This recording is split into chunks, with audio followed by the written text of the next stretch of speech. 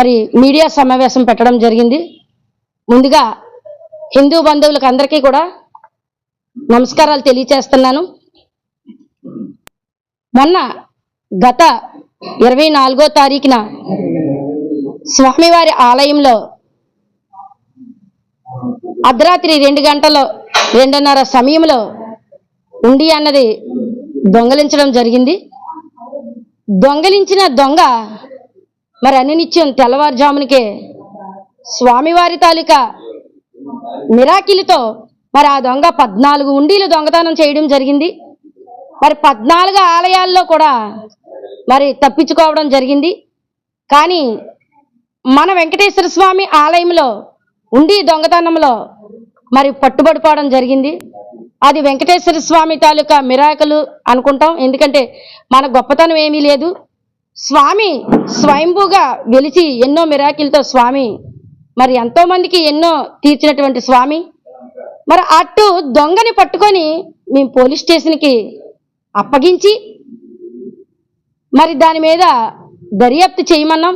అలా కాదండి, మీరు స్టేట్మెంట్ ఇవ్వాలి ధర్మకర్తగా అని పోలీసు వారు చెప్పడం జరిగింది. ఆ దొంగ దొరికిన దొంగ 4 పేర్లు ఇవ్వడం జరిగింది. ఆయన ఇచ్చిన పేర్ల ప్రకారంగా ఆ 4 మీద మేము ఈ యొక్క కేసు పెట్టిన తర్వాత వారి మీద దర్యాప్తు చెయ్యమని, ఇలా దొంగతనంలో 4 పేర్లు చెప్పాడని దర్యాప్తు చేయమని పోలీసు వారికి చెప్పడం జరిగింది.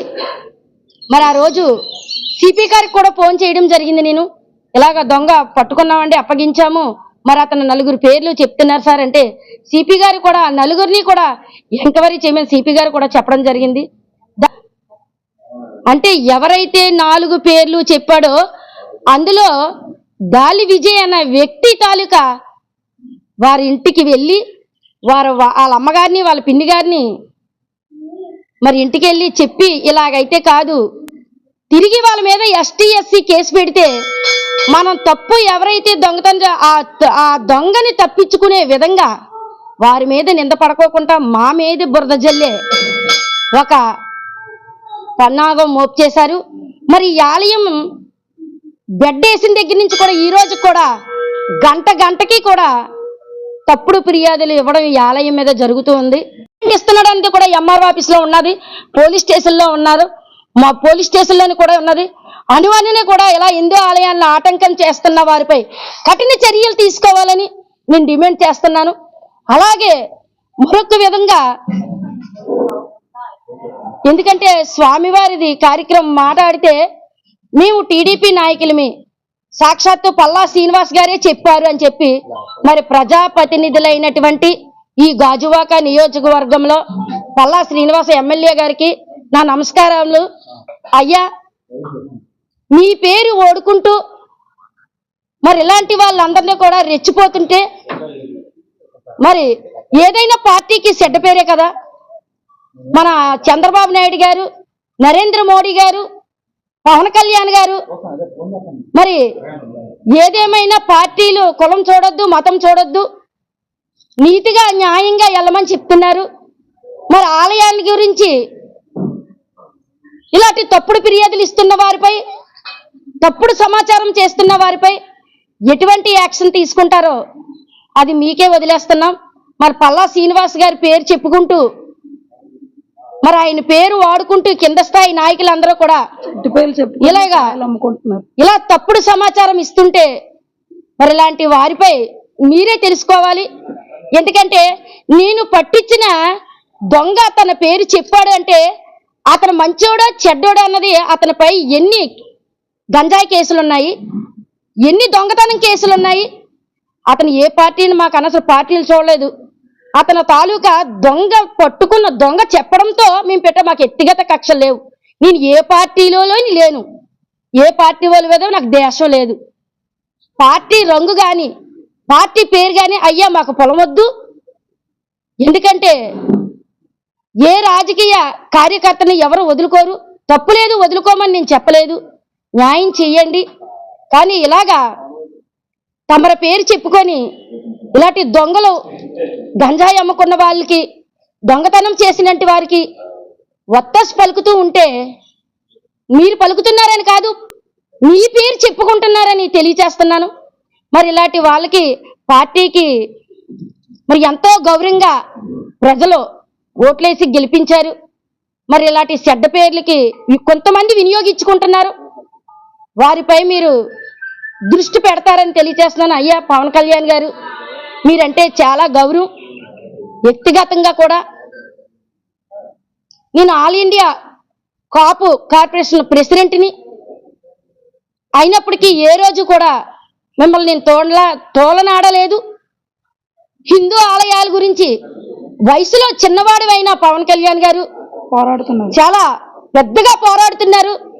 దానికి ఎంతో గర్విస్తున్నాము.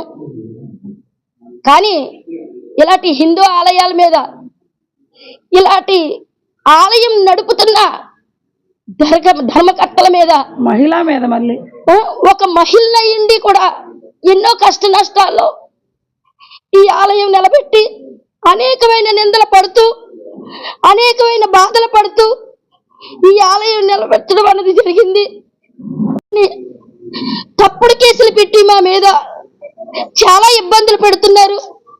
మరి తగు చంద్రబాబు నాయుడు గారు కానివ్వండి, పవన్ కళ్యాణ్ గారు కానివ్వండి, అలాగే ఈ గాజువాక నియోజకవర్గంలో ఎమ్మెల్యే పల్లా శ్రీనివాస్ గారు కానివ్వండి, నిజాలేయో మరి ఫుల్గా పూర్తి స్థాయిలో ఎంక్వైరీ చేసి, మరి అలాగే హిందువుల తాలూకా మనోభావాలు దెబ్బతీయకుండా మాలాంటి వారిపై దుష్ప్రచారం చేస్తున్న వారందరి మీద కూడా కఠిన చర్యలు తీసుకుంటారని, మరి ఆలయ చైర్మన్ గా వ్యవహరిస్తున్న దొడ్డి రమణ గారు గత 15 రోజుల నుంచి ఆలయానికి రావేలేదు.